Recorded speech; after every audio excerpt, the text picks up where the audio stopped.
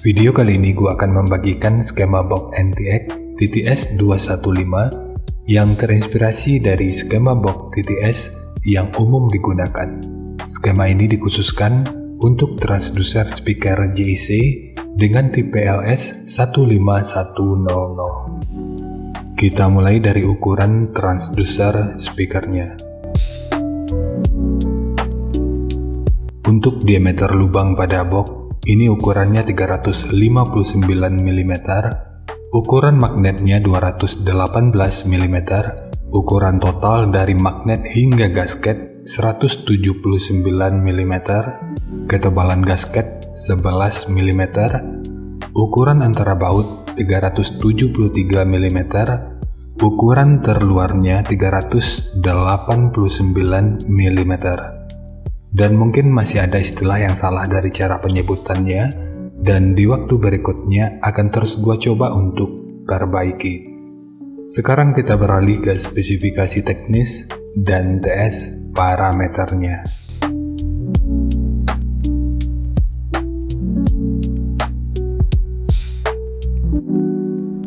Untuk nominal diameter, ini ukurannya 385 mm atau 15 inci. Impedansinya 8 ohm, nominal power handling 1000 watt, program power 2000 watt.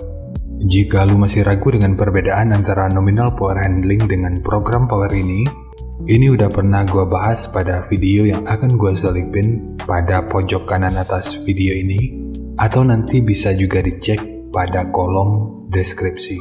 Kemudian untuk sensitivitas pada 1 watt per 1 meter, ini 95 dB. Untuk rentang frekuensi, mulai dari 38 sampai 3200 Hz atau 3,2 kHz. Ukuran voice coil-nya 100 mm atau 4 inci, dan untuk spesifikasi lanjutan bisa dilihat sendiri. Sekarang kita beralih ke spesifikasi utama, yaitu TS parameternya. Untuk Fs-nya ini 37,01 Hz, RE 5,946 ohm, GMS 8,133, CAS 0,302, GTS 0,291, GMS 0,106 mm per Newton, MMS 174,5 gram, efisiensi 1,86%, BL 24,24 Tesla meter, fast 117 liter, SD 0,09 meter persegi, XMAX 6,6 mm, dan induktansi voice coil-nya ini 1,105 mH. Dan untuk jenis box speaker, jika kita mengambil patokan pada referensi ABP, ini tentu lebih direkomendasikan untuk digunakan pada box dengan lubang angin. Karena untuk ABP-nya, ini sekitar 122,5. Cara mengetahui ABP ini juga udah pernah dibahas pada video yang akan gue selipin pada pojok kanan atas video ini, atau nanti bisa juga dicek pada kolom deskripsi. Sekarang kita masuk aja ke rincian semuanya.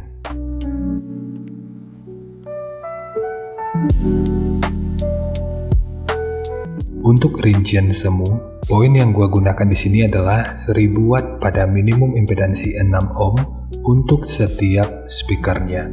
Jadi untuk kedua speaker ini dengan pengabelan yang diparalel, maka akan membutuhkan daya 2000 watt pada minimum impedansi 3 ohm. Lalu titik potong bawah yang digunakan di sini adalah 60 Hz dan atasnya boleh menyesuaikan. Ini sifatnya tentu nggak mengikat, jadi nanti bisa dicoba aja sesuai karakter yang diinginkan.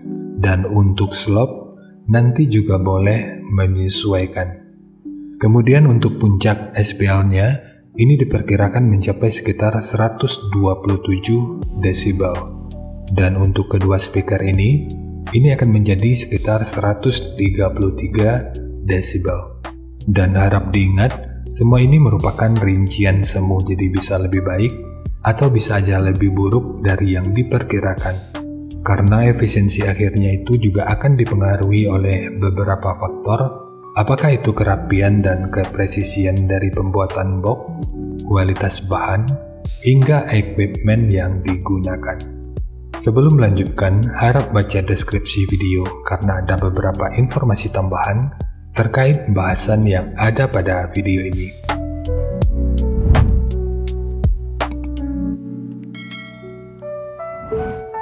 Dan berikut referensi yang gua gunakan dalam mendesain skema box speakernya. Jadi dari transfer function magnitude ini kita bisa melihat meskipun dipotong di 60 Hz, frekuensi 52 Hz ini udah bisa direspon pada minus 3 dB dan 56 Hz pada 0 dB. Kemudian untuk respon dari portnya, dengan daya 1000 Watt, pergerakan udara pada port puncaknya diperkirakan sekitar 16,1 meter per detik. Sementara untuk gain yang dihasilkan oleh port kurang lebih seperti ini.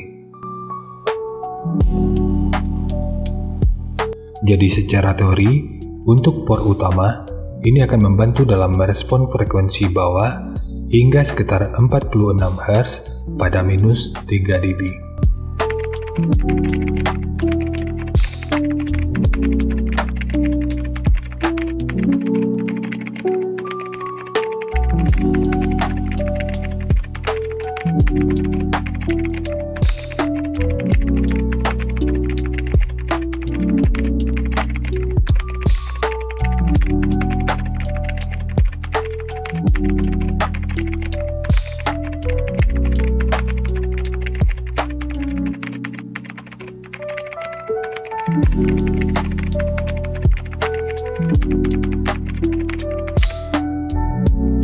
Sekarang langsung kita bahas aja skemanya.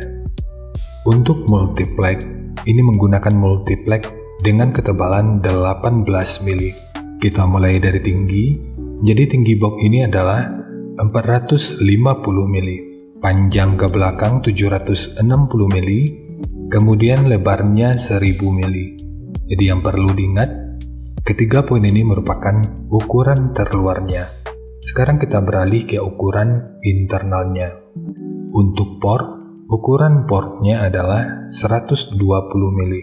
Kemudian untuk tekukan ini, yang kalau kita ukur dari sudut ini sampai ke sudut ini ukurannya 272 mili dan ukurannya sama dengan tekukan yang ini. Kemudian untuk tekukan ini, yang kalau kita ukur dari sudut ini sampai ke sudut ini ukurannya 260 mili dan ukurannya sama dengan tekukan yang ini. Kemudian ukuran dari sudut ini sampai ke sudut ini ukurannya 26 mili. Ukuran dari sudut ini sampai ke sudut ini ukurannya 582 mili. Karena ini merupakan dudukan dari speakernya, maka ini dibuat menggunakan dua lapis. Satu sebagai dudukan utama dari transdusernya dan satu lagi sebagai penguat dari dinding luarnya. Bagian dinding luar ini tentu juga sangat penting, jadi jangan di skip, sebab peranan dinding luar ini akan cukup berfungsi dalam memperkuat serta meredam hentakan dari output suaranya. Kemudian ukuran dari sudut ini sampai ke sudut ini ukurannya 73 mili. Ukuran dari sudut ini sampai ke sudut ini ukurannya 25 mili. Dan ukuran dari sudut ini sampai ke sudut ini ukurannya 426 mili. Terakhir ukuran dari sudut ini sampai ke sudut ini ukurannya 19 mili. Kalau diukur dari bibir depannya, total ukurannya itu adalah 20 mili.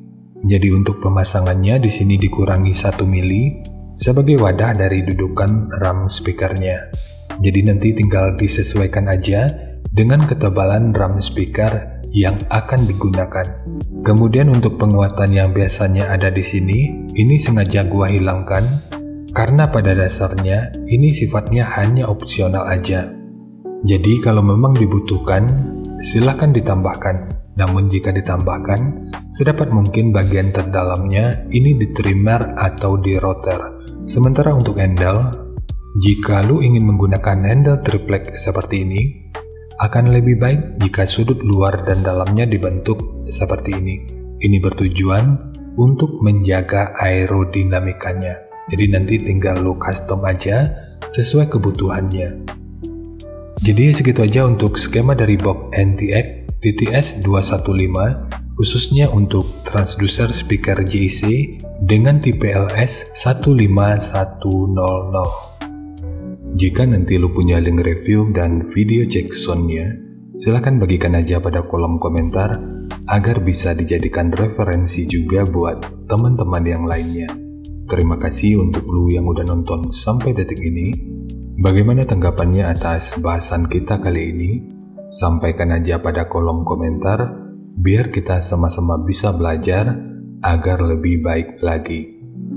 Dan seperti biasa, jika lu suka dengan bahasannya, silahkan like dan share aja videonya ke teman-teman lain yang sekiranya juga suka dengan topik yang sama. Untuk lu yang udah berlangganan, terima kasih banyak atas dukungannya. Dan untuk lu yang belum berlangganan, jika berkenan, bantu subscribe-nya. Dan jangan lupa untuk baca kolom deskripsi dan kunjungi juga tab komunitas untuk mendapatkan informasi dan update terbaru. Jadi ya segitu aja, dan kita ketemu lagi pada video yang lainnya.